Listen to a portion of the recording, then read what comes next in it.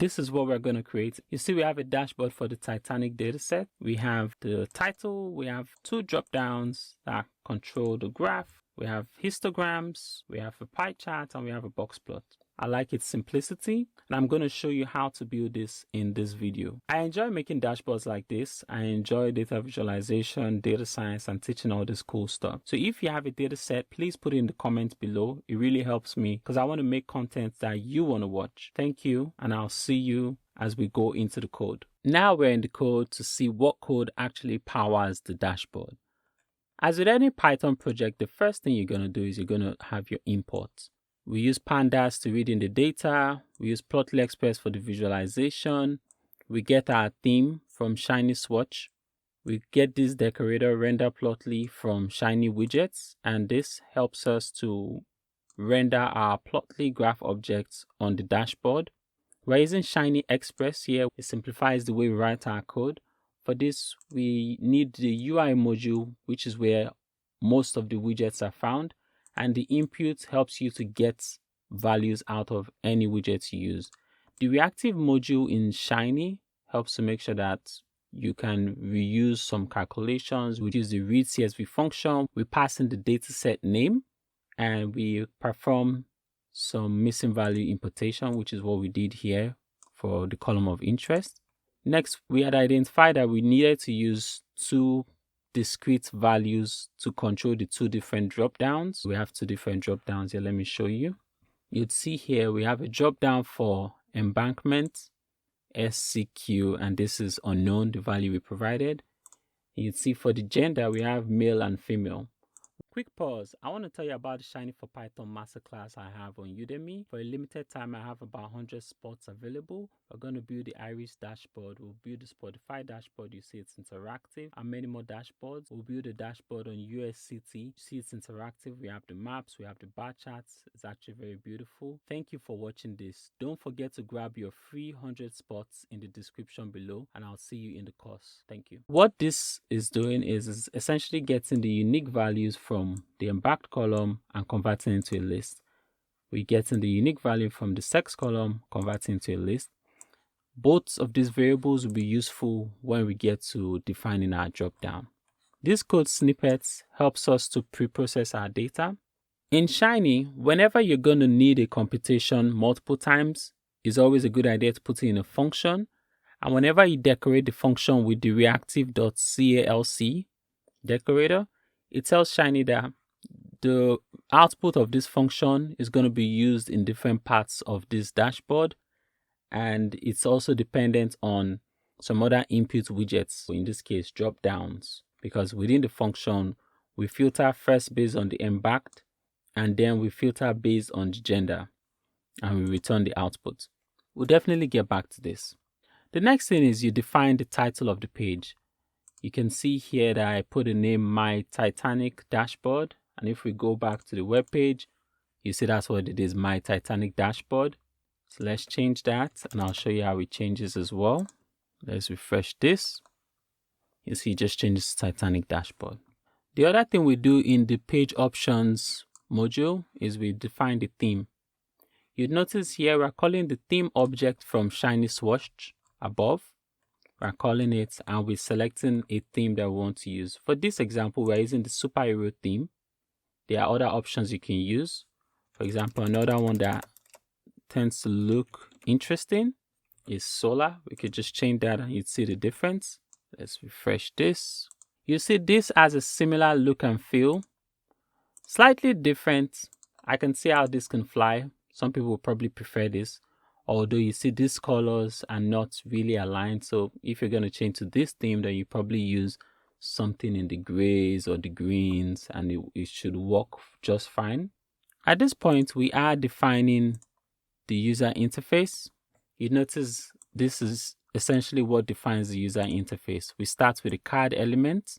I'll show you where that card element is. Let's go back to the visual. If you look closely, you can see that you have the title here in dark blue, and then you have this kind of like grayish blue. This is the card element. Every single thing is contained in this card element. If you look closely, you'd see it. So the widget, this drop down, and the 3 graphs can all be found within this card element. That actually corresponds with everything being aligned under this with statement by specifying by.card. So that's essentially how the card element is specified. The next important thing is we have this second with statement. You can see is within this bigger one because everything is within the card element. We specify that we want layouts. Essentially, everything that's going to be under this with statement is going to be arranged side by side. And that's this drop down for the port of embarkment and this drop down for the gender. You notice here we specify the column widths. So you'd see we have 3 elements here, 4, -4, and 4 in a list. Now the -4 essentially just says, hey, put in a space between both of them. That's what it means. If we change this value, when we take out the negative, we'll see that there will be a difference. So let's go change that. Look at what this looks like. You'll notice that this is going to change to move somewhere closer. So just watch for that. You see that it's right there beside it. I didn't think it was a good look, so I decided to put a space in between this drop down and this drop down. So that's what we're doing here. Put -4. Now we have, for the widgets, we're using drop downs. We see that we have 2 of them. For you to specify a drop down, you need to provide 3 parameters. You need to provide the choices, the label, and the ID. Every widget in Shiny needs to have a unique ID. For this, we said this ID is port drop down and this is gender drop down. Something descriptive because you're going to reuse this ID at a later part of the code. We gave it a label of gender. We gave this a label of port of embankment. So if I just change this to D port, you'd see where it changes in the label. When we go back, you'd see here that it says the port of embankment. You can see that word, the port of embankment there. That's because we changed the label. Let's go back and change that. Let's take the D out. So that's what the label parameter in a drop down does. Gives the widget a label. The last thing is the choices parameter. It expects it to be a list. And if you remember up here in the code, we defined these lists, one for the port of embankment and one for the gender. And that's what we're essentially using here in the widgets. At this point, we've defined the widgets. One thing I want to show you is when we go back to this part where we are calling the reactive calc, you'd see to access the value within a widget in Shiny, you need to first call the input module, which is what we've imported from here, followed by a dot, a period, and then the ID name. You'd notice the strings quotation marks are missing. We literally just want the ID name, and that's what we have here. We grab this name without the quotation marks, and we call it as though it's a function within input, and that's how you're able to access the current value of that widget. And we do our pandas filtering easily. I know that we could have filtered all of this in one line, but I deliberately separated it in 2 just so that it's easy for everybody to follow what's actually going on. And I didn't want a very, very long statement here. This is how you can define your drop downs, and this is how you can access the values of each drop down. These 2 visuals, because of course this is one visual, even though you can see 2 charts in one, it is one, and this is the second one. You see that they are in a separate row, and this one visual, one chart is in a row all by itself. So we're going to define the layout, the way we want the layouts to be for this. Let's go back to the code. We have the histogram and we have the pie chart. Let's go back to the code. Here we have our layout column defined. You'd notice compared to this one, we didn't specify any, we use only the defaults here. We didn't specify any parameter in this case as we did in this. That's because layout columns works out of the box. Everything I provide within this with statements is just going to be beside all the others. You'd notice is that we do have 2 charts. We have histogram and we have our pie chart. Very similar. They have the same structure. There is a function that returns a plotly graph object. Inside here, we use our plotly express. So for example, for the histogram, we want it to have a Seaborn template. We want it to be colored by survived. We give it a title. We say we want the histogram to be faceted, meaning broken down in 2. in this case because we have 2 unique values for survived, and we specified what variable we wanted the histogram to be calculated from. The one thing that might look a little strange for you is this. What we're doing is just taking advantage of the function that does the calculation here and using it as the input data frame to this visual. We're doing the same thing in the visual below, and I'll show you that as well. So this defines our plotly graph object. The purpose of this function is simply to return this plot, the plotly graph object. And the reason why it has to return a plotly graph object is because we are using a decorator here that says render plotly at render plotly. That's literally what it does. So whenever you decorate a function with at render plotly, you're essentially telling Shiny that I want to display a plotly chart, and the function that is going to come after this definition has to return a plotly graph object. The same happens here with the pie chart. Although we do a little bit more computation here, we still get the base data frame. Then we perform a group by, this way where we group by the survived and we just count the number of people that survive. This is where we define the plotly chart, the pie chart. We pass in this data frame.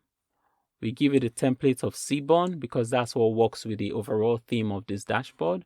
We give it a title, we give it the column that we want to use to create the pie chart. I do have a very detailed playlist on Plotly Express. I'll try to link it somewhere in the description or somewhere up here in the video.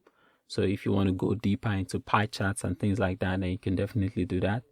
And this column, here we're just specifying the column name that is going to show the different sectors of the pie chart.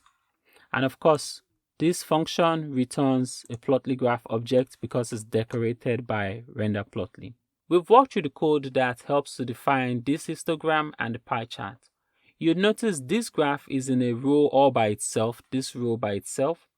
So we need to go look at what code actually helps us to get this value. You notice that this box plot is still within this card element, and that's why it looks just like this. You'd see this is within this bluish gray area. I notice we follow the same format. Whenever you pass this decorator, you're telling Shiny that the following function is going to return a plotly graph object. And so you just need to define a function here. I call it box display. You can totally call it anything you want. We pass in our data frame by calling the filter df function.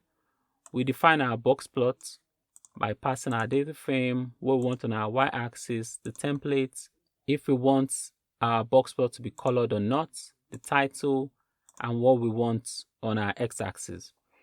And of course, it returns a plotly graph object because of this decorator. And that's pretty much it. If you made it this far, I have a gift for you. I have a course on Udemy that teaches Shiny in more detail. I go through everything. We code along together. There are tons of exercises. You learn everything from Plotly to Pandas to Shiny. We have a whole bunch of examples. If you want free access, for a limited time, I do have options for free access for people that are interested. Do check in the description below. Or you can definitely join my Facebook community where you can have access to me. So that's pretty much where we are right now. This was a fun little project for me. And like I said, if you want access, you can definitely get access somewhere in the description. Thank you so much for watching, and I'll see you in another video.